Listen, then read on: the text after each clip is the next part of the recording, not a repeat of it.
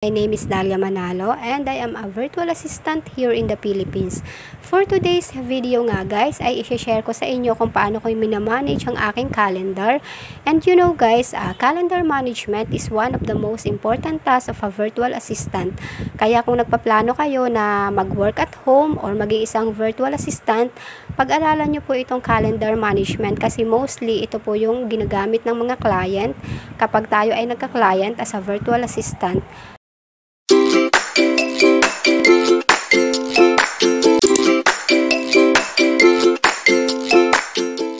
Guys, hello. Andito na po tayo sa ating calendar which is March 2024. And then, makikita po natin is naka-week view. So, pwede po natin siyang gawing, kung gusto nating makita in day view, we will just click this one, day view. Okay? And then, kung gusto nyo naman pong makita in month view, just click this month view. Yan, makikita nyo na naka-month view siya. And then, if you want to see it in year view, just click the year view. Okay guys, this is the year view. And then, balik po tayo sa week view. And then, this one, dito tayo magsisimula ng ating unang gagawin. At, what will be our first? At ito nga, magsisimula na tayong add a calendar. First thing to do is to add a calendar. Makikita nyo po dito my calendars. So, if we want to add a calendar, just click these three dots. And then, click the settings and sharing. And then, add a calendar. Create a new calendar. This one. Then, pangalanan nyo na lang po or kung ano yung gusto nyo calendar na ini-name nyo, or for example is activities, family, we will just put a name, family activities. Okay, and then we will just click this create calendar. Okay, calendar creation in progress. So okay na po siya. Family activity successfully created, and makikita na natin siya dito sa gilid. Family activities, then back na natin siya. Let's back. And then second is kung gusto natin makita yung calendar ng ibang tao or nung client natin is we will just go here. Okay, other calendar, and then subscribe to a calendar. And dito na meron akong mga yung nakalagay na email. So halimbawa ito ang client ko at gusto kong ma-access yung calendar niya, gusto kong makita yung calendar niya. Sa virtual assistant naman po is ganun talaga, bibigyan kayo ng access ng inyong client. So kunwari ito ang client ko. So I will click this one, kunwari yan. Then maghihingi ako ng access, kunwari is I will put in the I will message him, hello, I want to have access to your, tama ba spelling ko, to your calendar. Sample lang yan guys ha. Okay. Kunwari yan. Gusto mo lang humingi ng access sa calendar nyo. Then, request access ka lang. Kunwari, send mo lang siya. Then, ma-receive niya na yan at bibigyan ka na ng access at ma-add na siya dito sa yung calendar. And next, kapag yung ito namang next kapag gusto mong i-share yung iyong calendar sa iba. For example, this birthday or itong aking calendar, gusto ko siyang i-share sa iba. And then, I will just click the three dots and then settings and sharing.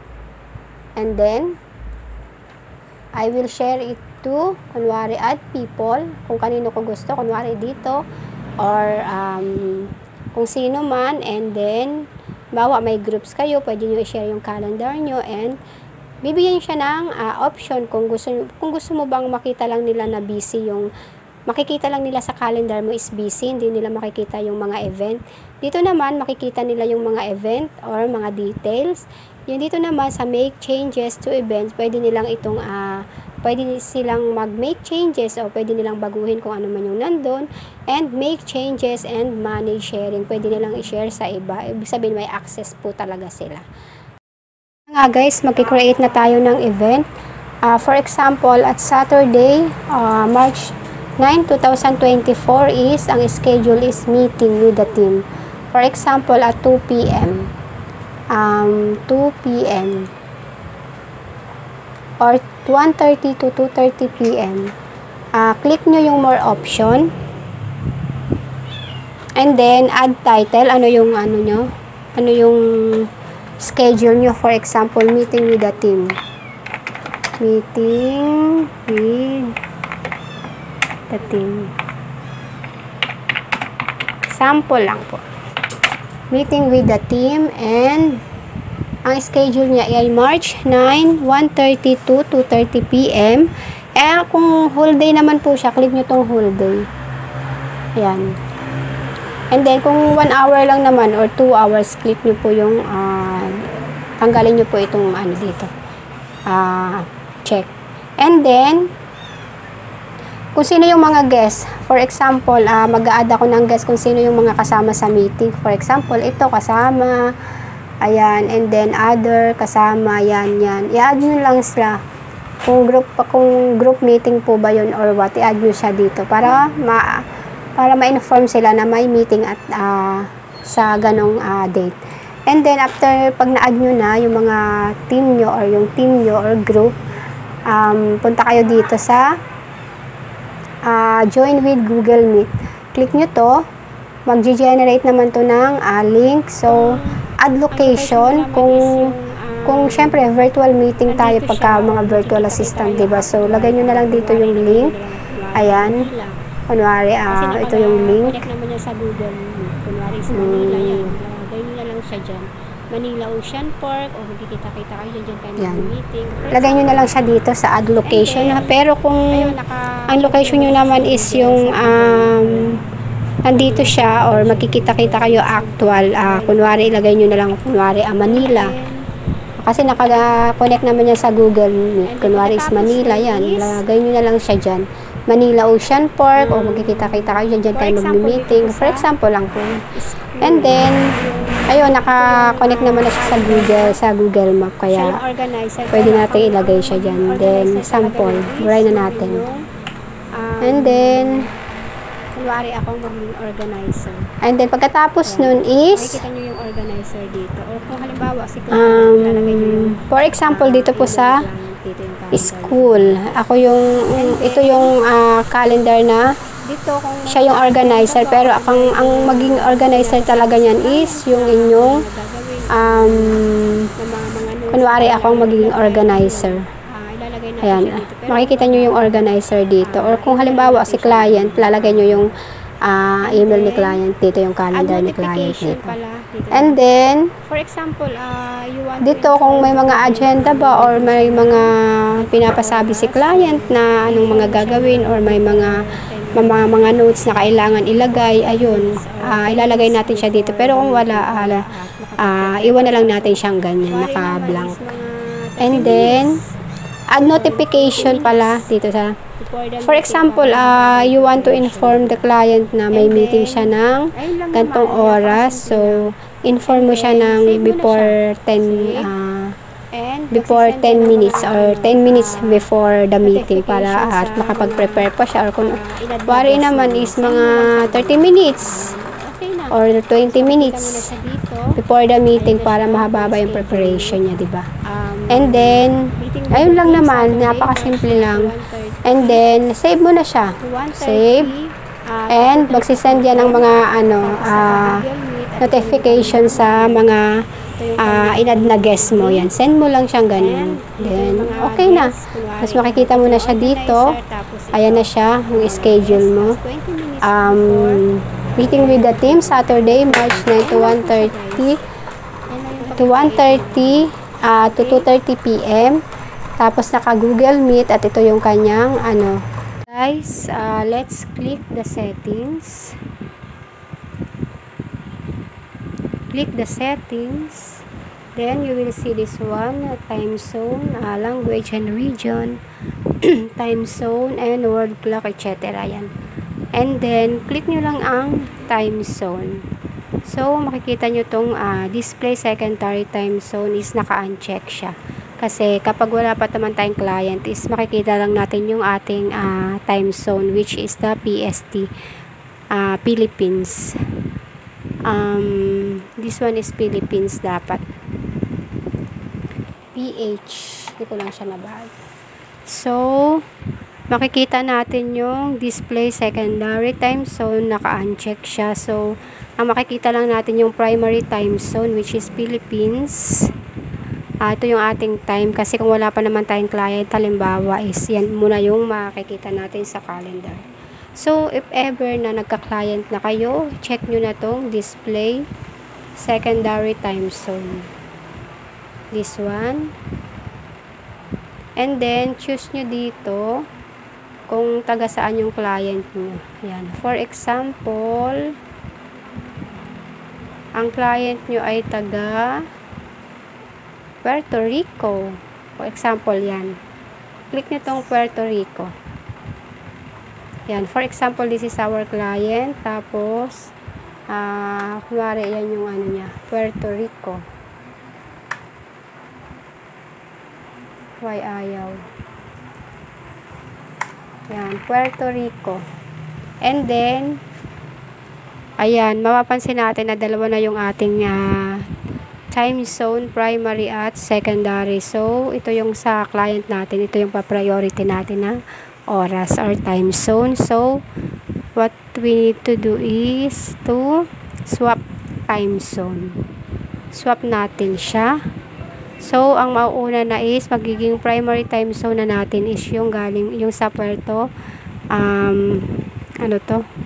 Rico na, kasi ito yung ating client, 'di ba? So, dapat yung time nila yung susundin natin if ever na magki-create tayo ng event. So, pag binak natin 'yan, back.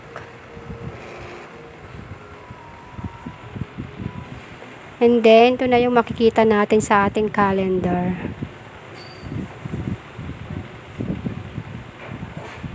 Tagal. Ayan nga, pag binak na natin siya, guys, ito na yung makikita natin sa ating calendar, which is primary time zone, itong Puerto Rico. Tapos, secondary na yung ating PH time. So, mapapansin natin kung 7 AM sa kanila, 7 PM sa atin. So, ang gagawin natin dyan, kung sakaling mag-create tayo ng event is, syempre mag-uusap kayo ni client kung paano yung arrangement ng time. Kasi kunwari, gusto ni client is 7 PM ang meeting, sabagay pwede sa atin 7 AM. So, okay lang din. Kung 8 PM sa kanila, 8 AM sa atin, it's okay lang kasi mostly naman ang mga client dapat ang susundin nating time zone. Ayan. At yun lang naman sa pag-change ng time zone. And next na tayo. Okay guys, next tayo sa add world clock. Mag-a-add tayo ng world clock. Napaka-importante din po nitong world clock or pag-a-add ng world clock. Napaka-importante rin po nitong pag-a-add ng world clock kasi yung client natin is may mga client din yan or may mga ka-meeting din yan sa iba't ibang bansa. At kailangan nating malaman yung mga time zone ng mga ka-meeting ng ating client. So, let's go to the settings. Punta tayo dito sa baba ng time zone, which is the world clock. So, click natin tong show world clock. Then, add time zone. So, pipili tayo dito ng mga, kung sino-sino yung taga saan yung mga ka-meeting ng ating, yung client ng ating client. Kunwari is taga Puerto Rico. Yan, add natin siya. And then, pwede tayong mag-add ng time zone. For example, mayroong taga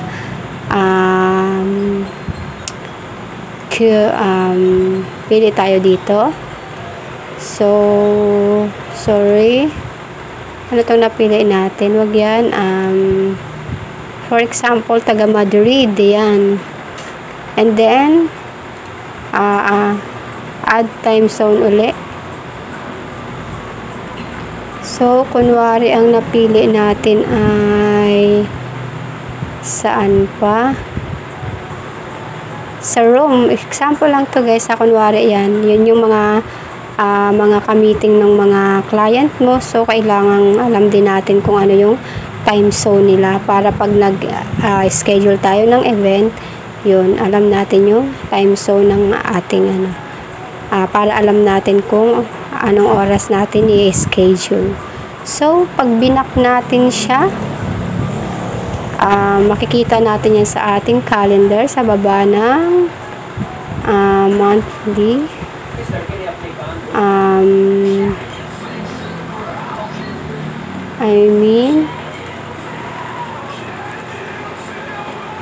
Makikita natin siya sa baba ng ating calendar, which is this one, Puerto Rico.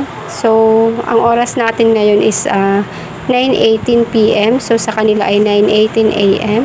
Sa Spain, time naman is 2:18 p.m. Sa atin ay 9. So, sa Italy is 2:18 din. Yan yung mga yung mahalaga sa world clock. Nalalaman natin yung oras nila. Okay guys, yan lang po for adding world clock or sa pag-add ng world clock. And yes guys, that's all for today at I hope na may natutunan kayo at see you po sa aking next video and ingat po tayong lahat. Bye!